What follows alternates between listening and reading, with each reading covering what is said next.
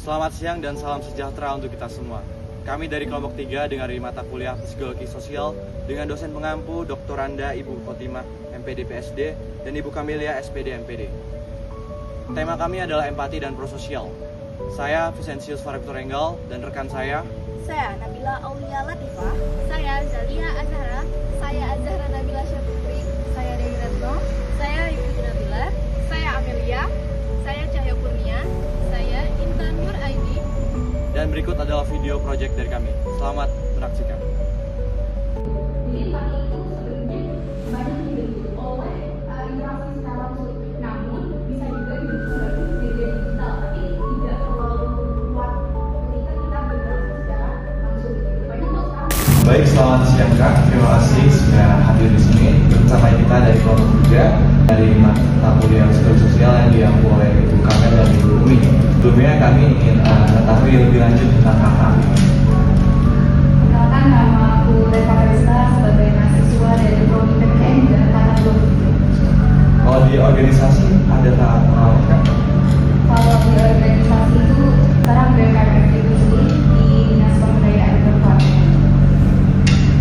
Oke, jadi kami dari kelompok 3 ingin bertanya tentang Kakak itu tentang empati dan juga tentang prososial kan? Sehingga kami tuh dengan bertanya ini, dengan mengumpulkan jawaban ini untuk mengetahui sudut pandang dari mahasiswa itu sendiri tentang empati dan prososial di lingkungan kampus kan? Jadi langsung ke pernyataan yang pertama. Setuju atau tidak, empati terhadap orang lain adalah dasar penting dalam membangun perilaku prososial di masyarakat, khususnya di lingkungan kampus ini kan? Oke, setuju. Alasannya itu kenapa? Karena empati itu kalau kita nggak membangun diri kita nggak dibentuk berdasarkan empati, dipertanyakan apakah sikap prososial kita itu akan terbentuk juga. Karena sikap prososial itu yang paling dasar itu terbentuk dari adanya empati. Jadi tidak mungkin terbentuk prososial apabila tidak ada empati. Karena empati itu adalah kemampuan kita untuk merasakan apa yang dirasakan oleh orang lain. Sedangkan prososial itu adalah bentuk internalisasi dari perasaan kita itu melalui tindakan. Baik, terima kasih banyak atas jawabannya. Selanjutnya, setuju atau tidak, menurut kakak, apakah seseorang dapat dikatakan benar-benar berempati hanya jika dia bertindak membantu, bukan sekedar merasa iba? Oke, baik. Apakah itu bisa empati itu sebenarnya itu kemampuan kita untuk merasakan apa yang dirasakan oleh orang lain. Jadi ketika kita menilai apakah orang lain itu benar-benar berempati, ketika dia membantu orang lain, sebenarnya menurut saya pribadi itu belum tentu sepenuhnya. Karena ada beberapa orang membantu itu dengan alasan orang lain, belum tentu dia empati begitu. Tapi ketika kita sudah begini, empati itu salah satu bentuk empati itu memang membantu orang lain, tapi belum tentu sepenuhnya membantu orang lain itu salah satu bentuk bahwa kita menilai orang tersebut empati. Jadi tidak bisa sepenuhnya kita menilai ketika mereka itu membantu orang lain itu adalah bahwa mereka sudah berempati. Karena bisa saja dibalik alasan individu lain di luar mereka itu berempati, ada alasan hidup lain mungkin. Sebenarnya, kakak setuju nggak menolong orang lain tanpa pamrih merupakan bentuk empati yang paling murni? Oke, menolong orang lain tanpa pamrih itu merupakan bentuk empati yang paling murni. Itu saya setuju. Karena sebenarnya menolong orang lain itu salah satu bentuk tindakan prososial. Kalau empati itu bagaimana kita melihat apa yang orang lain rasakan menggunakan sudut pandang orang lain itu. Kalau menolong orang lain itu juga salah satu bentuk prososial. Jadi saya setuju. Oke, selanjutnya, menurut kakak, tingkat empati seseorang dapat dipengaruhi oleh situasi sosial di sekitarnya? Sangat dipengaruhi, saya setuju. Karena apa? Empati itu dibentuk dan terbentuk di dalam diri kita itu ketika kita terjun ke dunia sosial. Dunia sosial itu tidak hanya tentang diri kita, tidak hanya tentang Tuhan kita, tetapi bagaimana kita hubungan kita dengan makhluk hidup lainnya, begitu manusia, hewan dan lain-lainnya. Nah, empati itu tumbuh dari hal-hal yang kita temui di dalam lingkungan sosial. Jadi menurut saya salah satu faktor utama pembentuk rasa empati kita itu adalah lingkungan sosial. Jadi begitu. Kita dapat bisa membedakan ketika mana orang memiliki empati lebih tinggi, mana orang memiliki empati yang lebih rendah. Ada perbedaan. Misalkan si A itu jarang bersosialisasi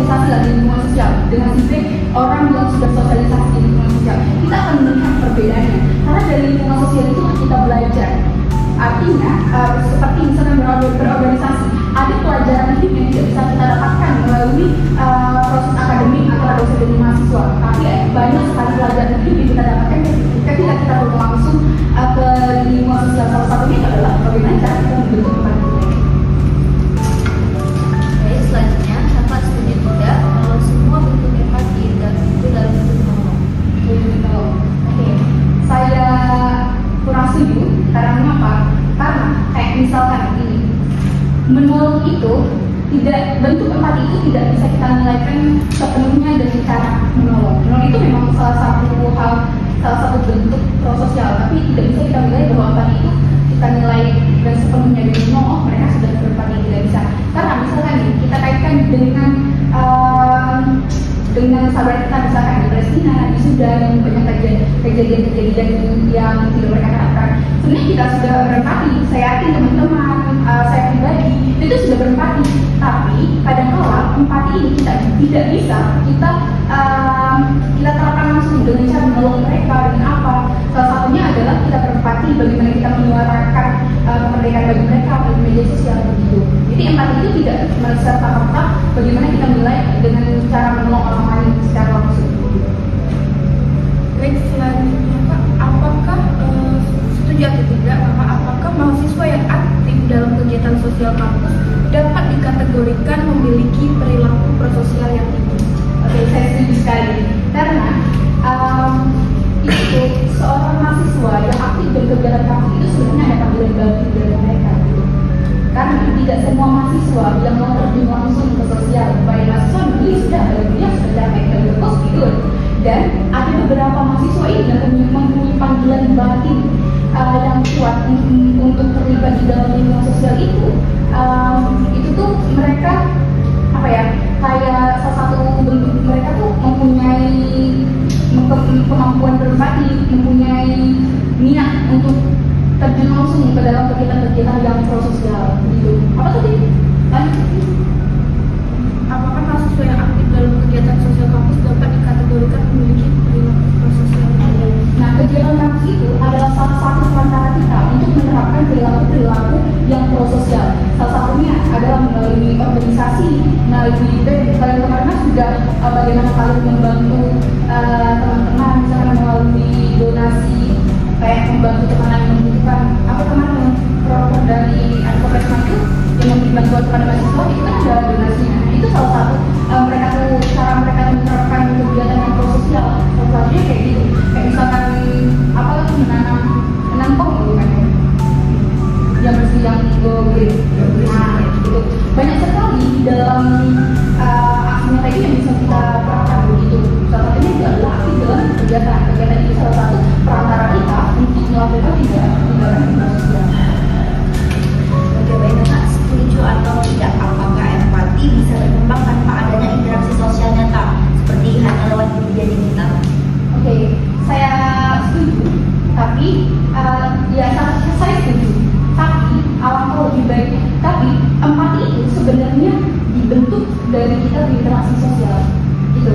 Karena adanya keterikatan langsung antara perasaan kita dengan orang lain ketika kita bertemu secara langsung. Kok digital ini kita tidak sepenuhnya bisa merasakan apa yang mereka rasakan. Kayak misalkan sederhananya kita hanya mengenal mereka nama dari visualisasi kita melihat dari media digital. Tapi kalau kita bertemu langsung, saya bertemu dengan Bila. Nah, saya tahu betul bagaimana apakah saya melihat dari ekspresi Bila yang setara merasakan bahagia, merasakan sedih kayak itu.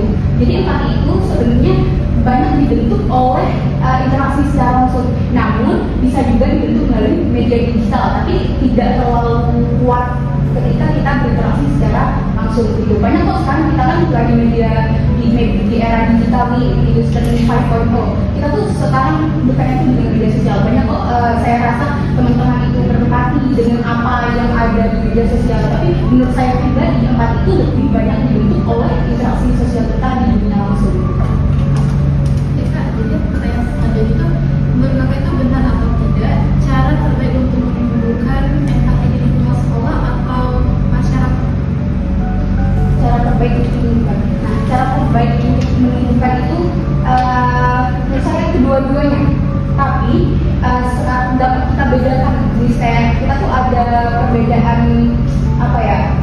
perbedaan kegiatan yang dapat kita lihat misalkan di sekolah kita bersama teman-teman yang waktunya juga kalau misalkan kita anggaplah bukan juga di lingkungan SMA misalkan SMA kita hanya sekadar kayak mempunyai ruang lingkup yang terbatas karena kita teman-teman kita sekolah. Tapi ketika kita terjun ke dunia masyarakat, kita melihat dari sudut pandang yang berbeda-beda, baik dalam latar belakang ekonomi mereka, latar belakang pendidikan mereka, latar belakang usia juga bisa mempengaruhi. Jadi menurut saya pribadi dan berdasarkan pengalaman saya pribadi sebenarnya saya banyak timbul rasa empati itu ketika saya terjun langsung ke dunia masyarakat daripada sekolah-sekolah karena di sekolah itu kita banyak itu kan teman sebaya seusia gitu ketika kita terjun ke masyarakat itu banyak sekali dari anak kecil dan baik dari orang tua dan dengan latar belakang kegiatan atau aktivitas pemahaman yang dihasilkan mereka. Jadi saya rasa rasa empati itu banyak ketika kita terjun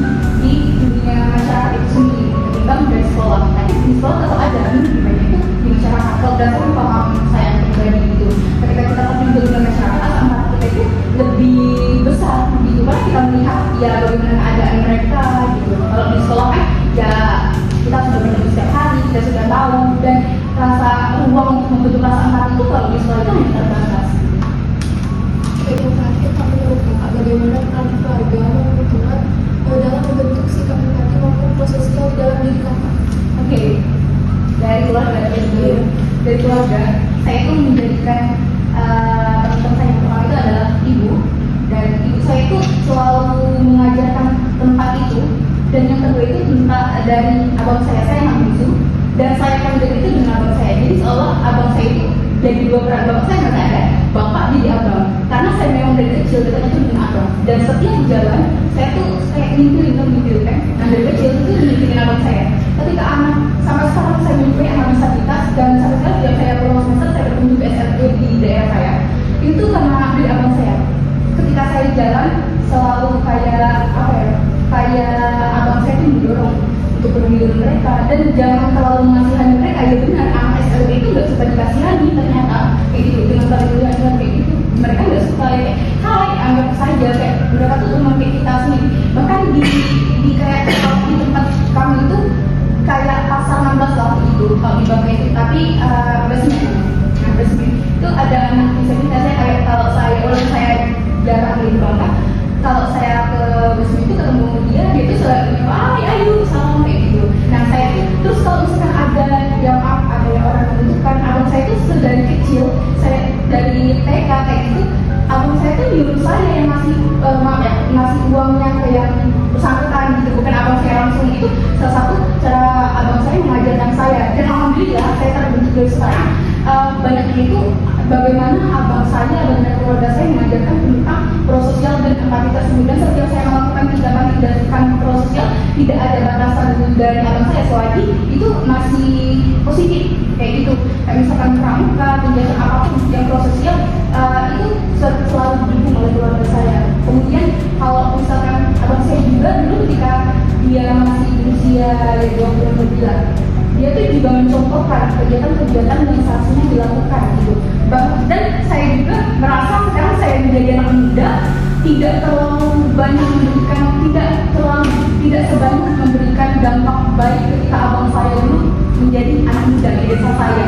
Ketika abang saya jadi anak muda dulu saya mengamati itu dan diceritakan langsung ada banyak sekali dampak-dampak positif yang mereka bangun sebagai anak muda. Nah saya sendiri kayak merasa ternyata saya masih kurang nih dari saya setidaknya saya juga menerapkan apa yang harus diterapkan kayak gitu kayak misalkan sosial. Kalau misalkan teman itu sebenarnya ya rasa empati kepada teman baik bisa teman sebaya sering kayak misalkan bercerita kayak ini kita tuh ada rasa perasaan kayak gitu ya ada rasa empatinya kayak gitu teman juga membentuk tapi lebih banyak itu keluarga karena kita dari kecil itu dididik dari keluarga kita jadi sekarang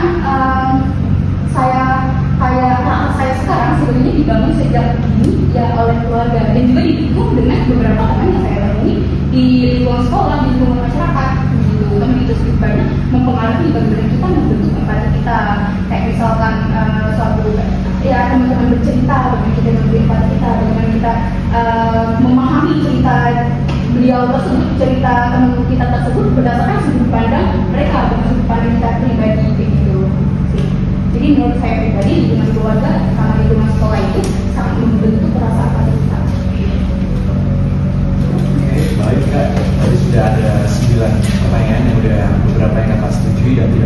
Jadi dengan jawaban kakak tadi kami sangat terbantu dengan itu karena kami mendapatkan insight-insight baru tentang empati dan prososial yang ada di lingkungan. Kalau misalkan ada yang bisa Siap. seperti ini, kita Terima kasih banyak atas itu jawaban.